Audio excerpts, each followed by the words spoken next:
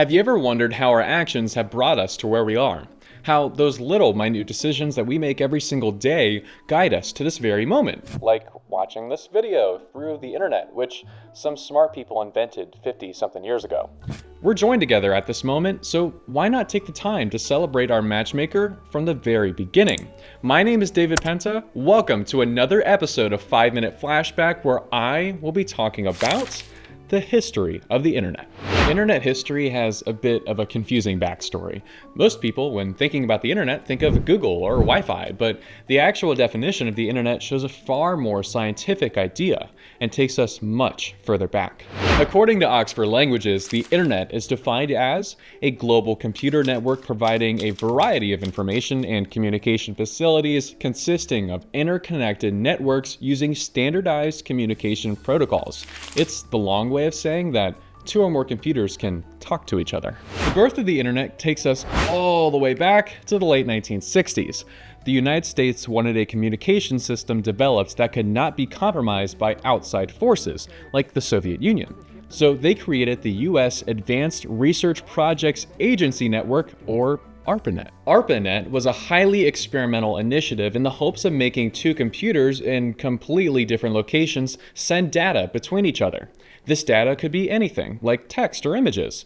The possibility of a highly intelligent communication network was highly theorized for years, but Bob Taylor, coined the term computer scientist, led a team of other computer scientists to make this actually happen. While Taylor's work was highly influential, it's really important to recognize that the creation of the internet as we know it was a highly collaborative effort that consisted of work from many different people. Like the work of J.C.R. Licklider, an MIT computer scientist that did a lot of the initial blueprinting and theory crafting for what is now the World Wide Web. In 1971, through ARPANET, the very first email was sent using a technological framework developed by computer programmer Ray Tomlinson. It was at this point that the potential of an interconnected communication system looked less like a tech dream and more like a promise of the future. So how did we get from two computers talking to each other in special laboratories to getting frustrated over slow Wi-Fi, making our entire experience surfing the web as painful as possible? So painful that we might just set our computers on fire and be done with it. Well, that takes us to the 80s and early 90s. During this time, computing technology started getting a lot more advanced and easier to code, increasing the accessibility for aspiring programmers to take their shot at pushing the concept of the internet forward. The leaps in technology made allowed for any computer on any kind of network to communicate together. Personal computers had been out for a few years, such as Apple's original Apple I and Apple II, but they couldn't really do that much, other than create spreadsheets and other boring stuff. It wasn't until 1991, when the internet became available to the public, that the birth of the World Wide Web had officially occurred, entering general use in 1994. For the first time ever, anyone with enough technical know-how could create their own website with graphics, color, audio. I mean, look at this art.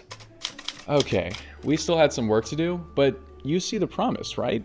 We were revolutionizing communication as we know it, without knowing it. This explosion that occurred once the internet went public brought us closer to the vision those original computer scientists saw when they were making history within computing. You could listen to music online now, and while the legality of it certainly had to be discussed first before things could really take off, we got to add yet another new way to interact with the internet. The world spent the next decade refining the technology, with computers becoming more advanced and capable of processing more information.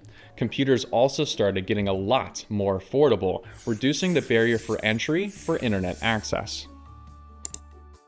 We saw the birth of early search engines with the creation of Yahoo that allowed navigating the internet to be as simple as typing in what you want and pressing enter. While the internet was getting a lot easier to use and people discovered that you can make tons of money using it, internet access was just not accessible to everyone.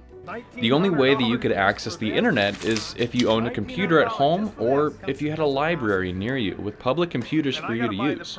All of this changed in 2007 when the world was given an invention so innovative it changed the world forever. Steve Jobs and his team at Apple Computer Company created an iPod, a phone,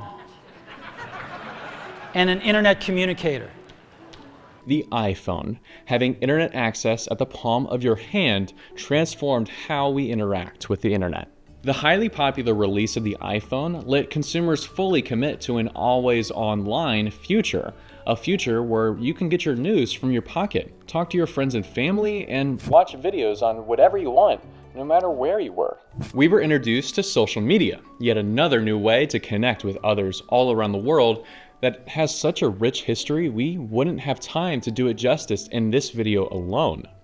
That brings us to the present, with over 5 billion people online all around the world, all connected. We have come a long way from two computers sending information to each other, and we have a whole network of people all contributing to the history of the internet, enriching our culture and progressing our future into something even more exciting. That brings us to the end of this episode of 5-Minute Flashback. Don't forget to like and subscribe for more videos on all kinds of history topics. Why not create a discussion in the comments down below?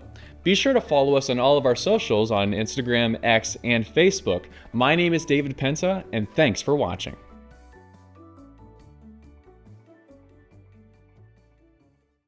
This program was produced by ZTV at the University of Akron. Do you want to gain experience in video production, professional social media, or working with real clients? Visit the UA School of Communications online or follow us on social media to learn more. ZTV, make media, make a difference.